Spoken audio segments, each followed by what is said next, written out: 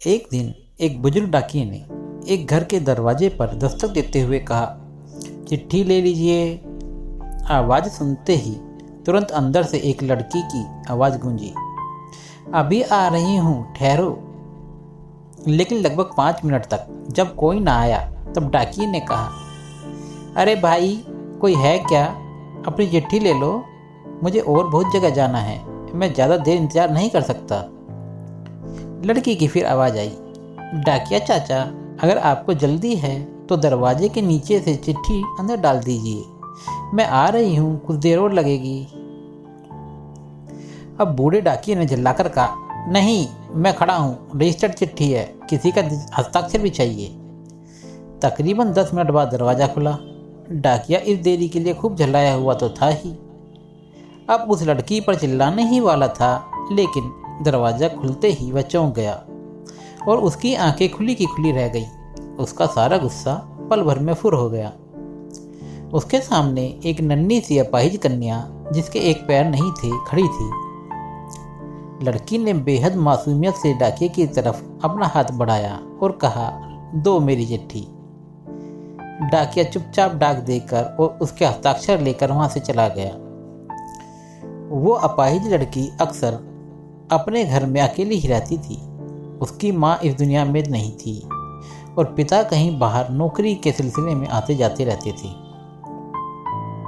उस लड़की की देखभाल के लिए एक काम वाली बाई सुबह शाम उसके साथ घर में रहती थी, लेकिन परिस्थितिवश दिन के समय वह अपने घर में बिल्कुल अकेली ही रहती थी।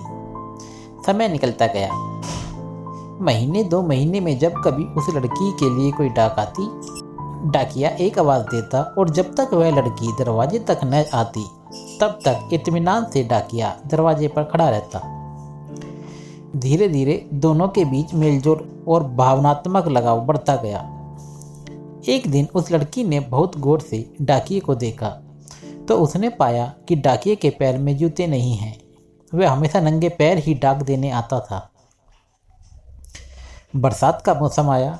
फिर एक दिन जब डाकिया डाक देकर चला गया, तब उस लड़की ने जहाँ गीली मिट्टी में डाकिये के पाँव के निशान बने थे, उन पर कागज रखकर उन पाँवों का चित्र उतार लिया। अगले दिन उसने अपने यहाँ काम करने वाली बाई से उस नाप के जूते मंगवाकर घर में रख लिए। जब दीपावली आने वाली थी, उससे पहले डाकिये ने मोहल्ले के सब लोगों से त्योहार पर बख्शीश चाही। लेकिन छोटी लड़की के बारे में उसने सोचा कि बच्ची से क्या उपहार मांगना, अब गली में आया हूँ तो उससे मिल ही लूँ। साथ ही साथ डाकिया ये भी सोचने लगा कि त्योहार के समय छोटी बच्ची से खाली हाथ मिलना ठीक नहीं रहेगा। बहुत सोच विचार कर उसने लड़की के लिए 5 रुपए के चॉकलेट ले लिए। उसके बाद उसने लड़की के घर का दरवाज़ा खटखटाया। अंदर से आवाज़ आई, कौन? मैं हूँ गुड़िया, तुम्हारा डाकिया चाचा, उत्तर मिला।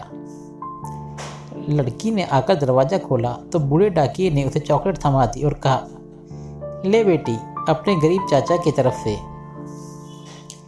लड़की बहुत खुश हो गई और उसने कुछ देर डाकिये को वहीं इंतजार करने के लिए कहा।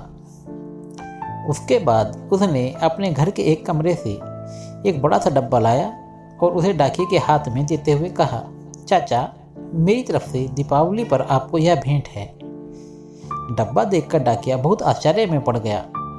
उसे समझ में नहीं आ रहा था कि वह क्या करे।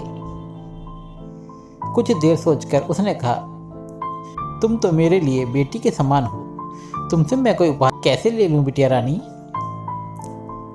लड़की ने उससे आग्रह किया कि चाचा, मेरी इस गिफ्ट के लिए मना मत करना, नहीं तो मैं उदास हो जाऊंगी।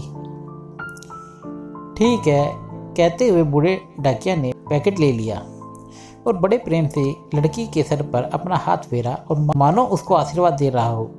बालिका ने कहा, चाचा, इस पैकेट को अपने घर ले जाकर खोलना। घर जाकर जब उस डाकिये ने पैकेट खोला तो वह आश्चर्यचकित रह गया, क्योंकि उसमें एक जोड़ी जूते थे। उसकी आंखें डबडबा गई।